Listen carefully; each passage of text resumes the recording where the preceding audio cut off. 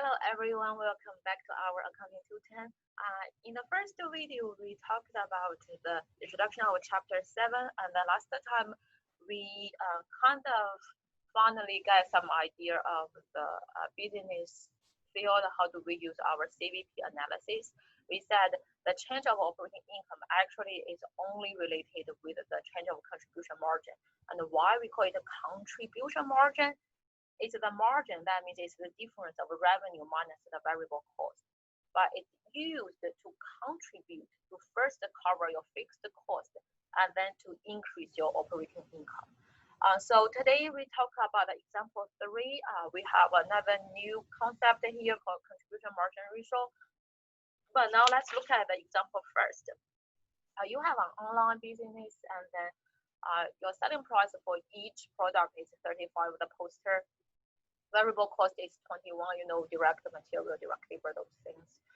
And you also have a fixed cost of 7,000, like rent, like insurance, those things. And then your relevant range is 1 to 2,000. Now currently it's just 550, so your fixed cost will not be changed. The only reason they tell you the range, so you will know fixed cost is still will be $7,000. Okay. Give you a very simple example from a textbook. So how do we get our operating income when we use our CVP analysis? One more time, is your revenue minus your variable cost gives you contribution margin minus fixed cost gives you operating income. So if we do the total, right, make sure when you do the question, if you use the total revenue, then you have to use the total variable cost and then minus the total fixed cost. If you use for each unit, then you have to use each unit, the selling price minus each unit, the variable cost, get the contribution margin for each unit, minus your allocated each unit fixed cost, then you get your each unit, the allocated operating income. I would say definitely use the total, definitely is better because, you want to get the total operating income directly. So make sure you have to time the units. Each one selling price is $35. We sold 550. You got your total revenue. I'm not going to read. Your total variable cost, each one is 21, and then you got 550. You got your total variable cost. Another way, so you got your total contribution margin, 7,700. Another way to do it is that each one selling price is 35. Each one the variable cost is 21. So you got each one contribution margin will be 14, right? 35 minus 21 is 14, I believe. And then how many units you sold? You sold 550 units. So if you do this, you can also get the total contribution margin. You can get the total contribution margin. You minus your total fixed cost, you get your operating income. Here is the way they showed you another way, kind of. So your contribution margin for each one is 14. How do you use this $14? The $14 is called the contribution margin for each unit. Well, every time you sell one more unit, okay, hear me. Every time when you sell one more unit, you will get $14 to first cover your fixed cost. And once you finish covering the fixed cost, then you will increase your profit. So after covering the 7,000, every time you sell one more poster, you can get $14 to increase your operating income. You sell one more unit, your operating income is increased by $14. You sell two more units, your operating income is increased by $28 after covering the fixed cost, right? You sell 10 more units, your operating income will be increased by $140. Okay, I want you to kind of get the logic. So now, like, if you sell your things, on eBay, Amazon, Craigslist, you sell one more unit, your income will be increased by $14. It will be increased by the contribution margin per unit. Okay, I hope you get some idea. And then look at the last terminology in this part. We have contribution margin ratio. So how do we think about this one? is the ratio that contribution margin to your sales revenue.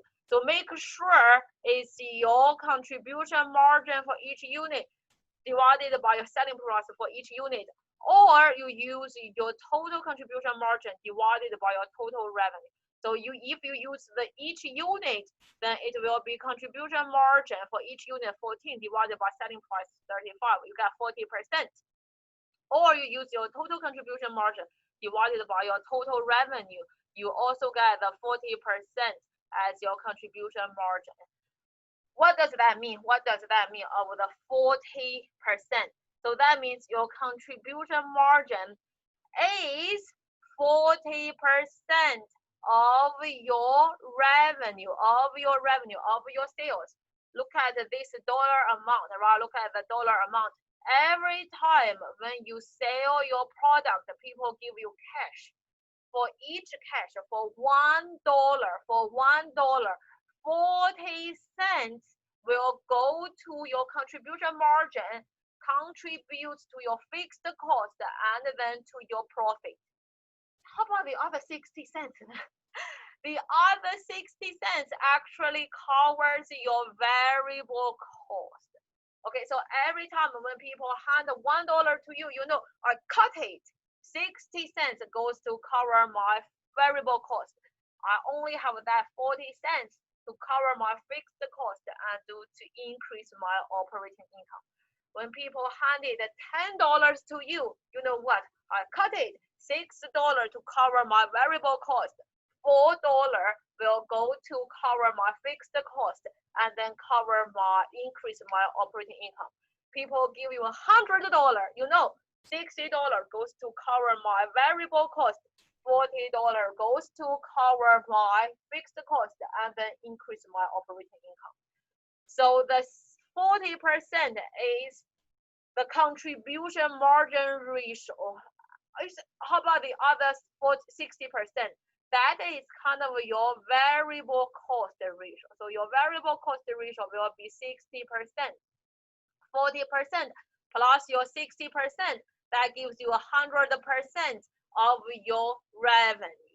40% of your revenue goes to your contribution margin. 60% of your revenue goes to your variable cost. Okay, so that kind of the logic there. That's kind of logic there. I go to do one example very briefly with you. This is your My Accounting Lab. You will see similar question. So let's look at this one. I'm not going to get all the numbers, but I want to just give you some idea. So your company making this card, you know, price is this, and then for whatever, so your relevant range is 200,000 units. Okay, your relevant range. But now you know current monthly you are selling 130,000. So this is your volume is 130,000. Selling price for each unit is $20. You have a variable cost, direct material, direct labor, and then variable manufacturing overhead, variable sales, administrative. You have fixed this, and fixed this. Okay. So this is your variable cost per unit. You have to know your variable cost per unit. You have 4 parts of a variable cost. We said we don't care it's manufacturing variable cost or it's non-manufacturing. We just care is we need to cover all the variable costs. So our total variable cost, you add those 4 parts, our total variable cost will be how much? Our total variable cost, sorry about that, will be $17.5 for our total variable cost. And then our fixed cost is monthly, right? So this is our total, our fixed cost is here. Okay, first question, what is our contribution margin per unit? Straightforward. How do you get that? It's your selling price. If it's asking about per unit, we just use per unit selling price minus per unit total variable cost. I already did that for you, right? So it's your 20 minus all of your total variable cost. Your total variable cost will be 17.5. How do I get that one? You add all of the 4 parts, 17.5. So you get your contribution margin for each unit is 2.5. You get each one is 2.5. And asking about your total contribution margin, we got each one How many units we actually sold? How many units we actually sold? We sold 130,000 units, right? So we time our 130,000 units, we get our total contribution margin will be how much, blah, blah, blah. I'm not going to do it. You do the number by yourself. Asking you about what's the next one. We don't need to worry about the next one. We don't worry about them enough for now. I think that's all. We stop here. We cannot do much now. We stop here. We get our know how do you get your each unit contribution margin. How do you get our total contribution margin? We do the next later in our next video maybe. Okay, so I think I'm done for the first part, give you the concept of contribution margin. Next time we do, how do we get the operating income? We continue with that example. We talk about learning objective to break even point.